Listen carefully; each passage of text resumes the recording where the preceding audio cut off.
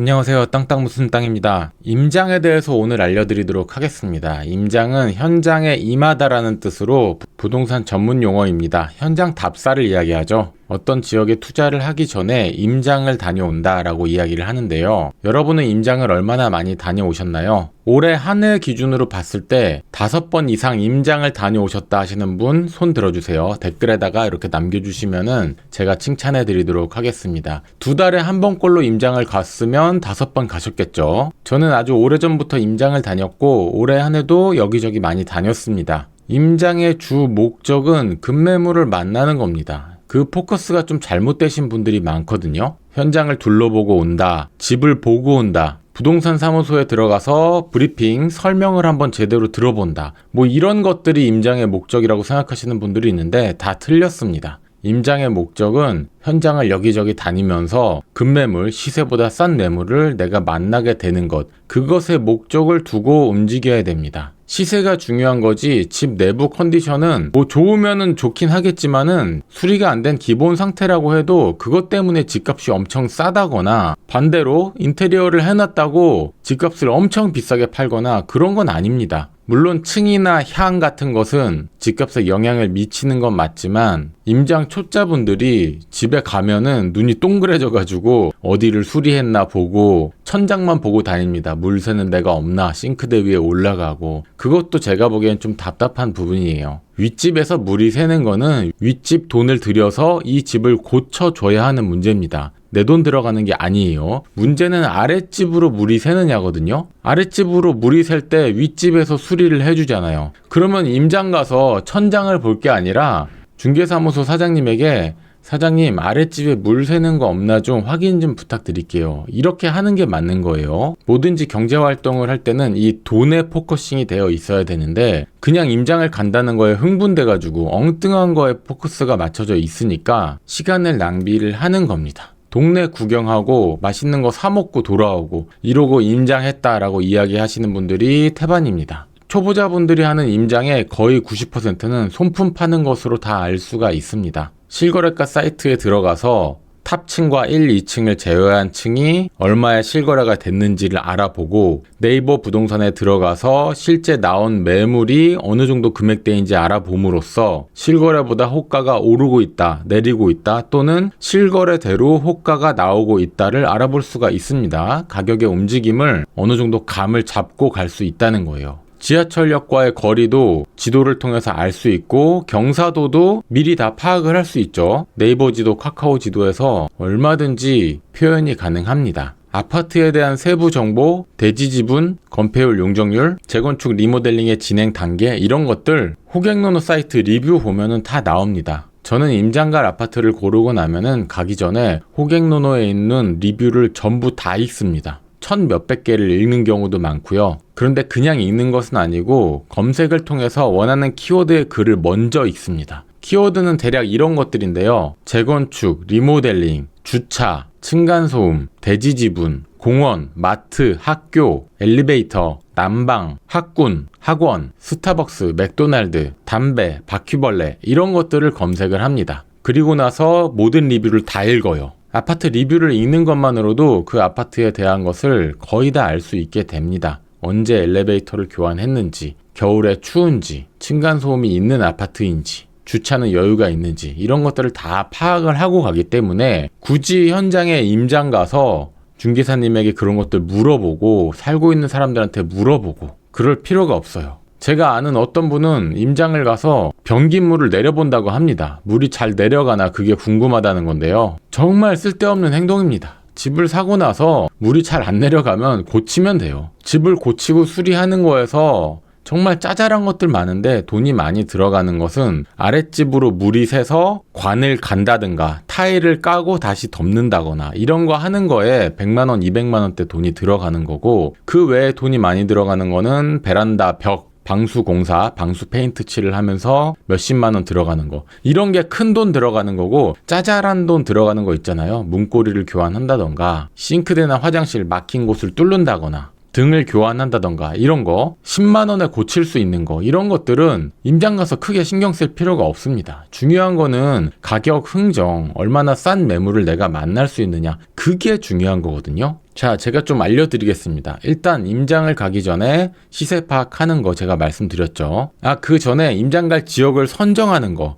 그거는 이번 시간에 설명드리자면 너무 오래 걸리기 때문에 제가 고정 댓글에 제 정규 강의 링크를 달아놓겠습니다. 정규 강의 들으시면은 투자 수요가 몰릴 곳, 임장할 지역을 선정하는 방법 정확히 아실 수 있을 거예요. 시간을 투자하셔서 제 정규 강의 꼭 다 들으시기 바랍니다. 댓글에 달아놨어요. 임장 지역을 선정하고 가격 파악을 했으면 네이버 부동산에 들어가서 내가 방문할 부동산을 고릅니다. 아무 곳이나 고르면 안 되고 매물이 많은 곳을 골라야 돼요. 부동산별로 매매 물건을 3개 가지고 있는 데도 있고 10개 가지고 있는 곳도 있고 60개 가지고 있는 곳도 있습니다. 무조건 매매 물건을 많이 가지고 있는 부동산으로 가야지 그 중에서 급하게 파는 급매물을 만날 가능성이 생깁니다. 집을 하나 보고 사는 거랑 3개 보고 사는 거랑 20개 보고 사는 거랑은 완전히 다른 거예요. 같은 가격이어도 컨디션이 좋은 집을 고를 수가 있는 거고 1, 2층이나 탑층은 시세보다 보통은 싼데 시세보다 싼 것대로의 시세가 또 형성이 되어 있습니다. 그렇기 때문에 무조건 외면할 것은 아니고 1, 2층 탑층이면 1, 2층 탑층 가격보다 더 싸다면은 매수를 고려해 볼 수도 있는 겁니다. 그리고 중개사무소 사장님에게 내가 실투자자임을 정확히 밝힐 필요가 있어요. 통장을 깐다, 잔고증명서를 보여준다, 이런 거 제일 확실한 방법이긴 하겠지만 그렇게까지 할 필요는 없고요. 내가 이러한 과정으로 인해서 이런 목돈이 있는데 이 지역, 이 아파트에 투자를 하려고 합니다. 좋은 물건 소개해 주세요. 요 정도만 이야기해도 실투자자임을 밝힐 수가 있습니다.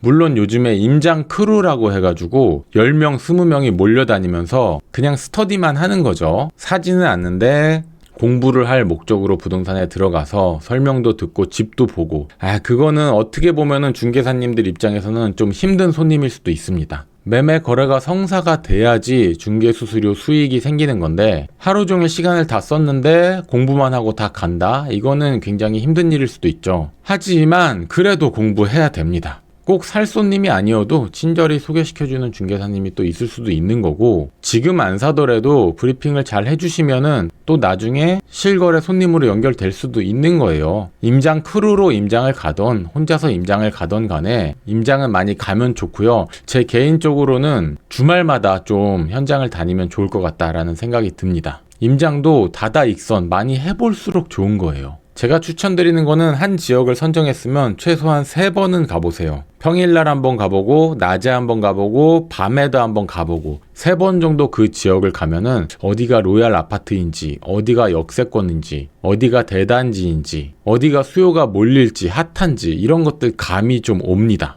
최소한 3번 이상 가시면 좋겠고 한 번 갔을 때 부동산 3곳 이상은 들리세요. 친절한 부동산도 있고 안 살 것 같으면은 좀 매몰차게 하시는 부동산도 있는데 그런 거를 떠나서 부동산 사무소 경험하는 것도 굉장히 중요하기 때문에 3곳 이상의 부동산은 들리시고 한 부동산에서 물건 브리핑 3개 이상은 받으세요. 그렇게 되면은 3개 부동산을 들리면은 9개 물건을 브리핑 받을 수 있잖아요. 서로 비교군이 어느 정도 형성되려면 물건 한 10개 정도는 두고 이렇게 비교를 해야 됩니다. 제가 말씀드린 거 333이죠. 3번 이상 그 지역은 가라. 3군데 이상 부동산은 들려라. 한 부동산당 3개 이상의 물건은 브리핑 받아라. 이 333 법칙을 잘 지키면 최소한 시세보다 비싼 거, 같은 가격인데 안 좋은 거를 사는 것은 피할 수 있습니다. 제 정규 강의에서 더 디테일하게 설명을 드리는데 일단 요약본으로 여러분에게 설명을 드리는 거예요. 그리고 중요한 거는 가격 브리핑을 받아야 됩니다. 왜냐면 부동산을 살 때 흥정이라는 것을 반드시 해야 되거든요.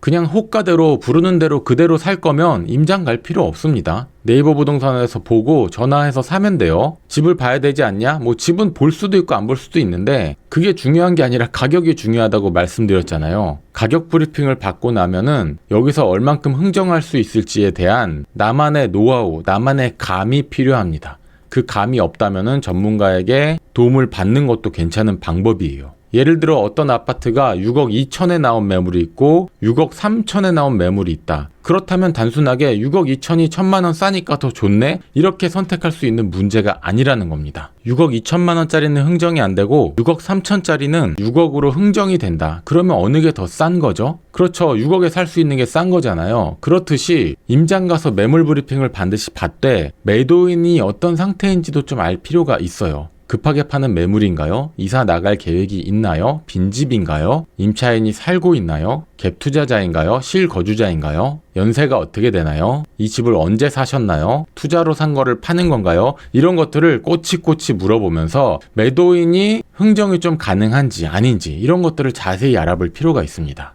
또 임장 가서 중요한 거는 A 아파트를 사려고 했을 때 A 아파트 앞 단지 부동산만 가지 말고 그 옆 동네에 있는 B 아파트 부동산에 들려서 A 아파트에 대해서 질문을 한번 해보세요. A 아파트 앞에 부동산은 A 아파트를 중개거래하기 때문에 좋은 얘기를 위주로 합니다. 이 아파트의 장점 위주로 이야기를 하겠죠. 물론 단점도 이야기를 할 수는 있겠지만 그래도 두드러지게 나타내는 것은 좋은 점을 나타내려고 할 겁니다. 당연한 거죠, 이거는. 근데 B 아파트 부동산에 가서 A 아파트를 질문하면은 좋은 점도 얘기할 수 있지만 안 좋은 점을 또 들을 수가 있습니다. 제 경험을 한번 말씀드리면 예전에 A 지역에 임장을 가서 이런저런 얘기도 듣고 학원도 가까이 있고 참 좋다라는 이야기를 들었는데 차로 한 10분 거리에 있는 B 지역에 가서 부동산에 들어가서 A 지역에 대해 질문했더니 그쪽은 무슨 발전소 같은 게 있어서 바람이 불면은 뭐 연기가 글로 간다. 그래서 수요가 별로 없는 곳이다. 이런 말을 듣게 됐거든요. 그리고 집에 돌아와서 위성지도로 보니까 진짜로 발전소 같은 게 있는데 그게 좋아 보이진 않더라고요.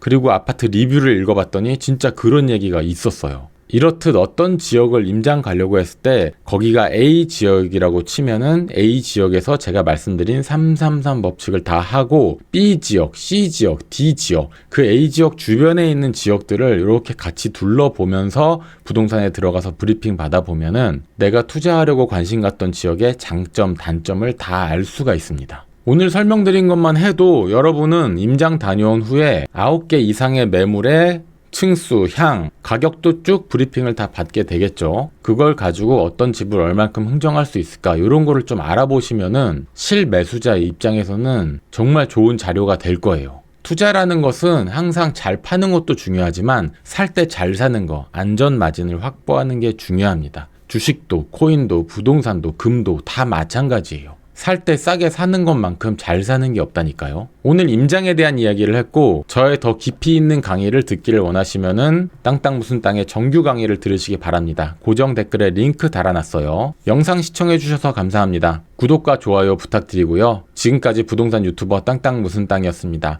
다음 영상에서 다시 찾아뵙겠습니다.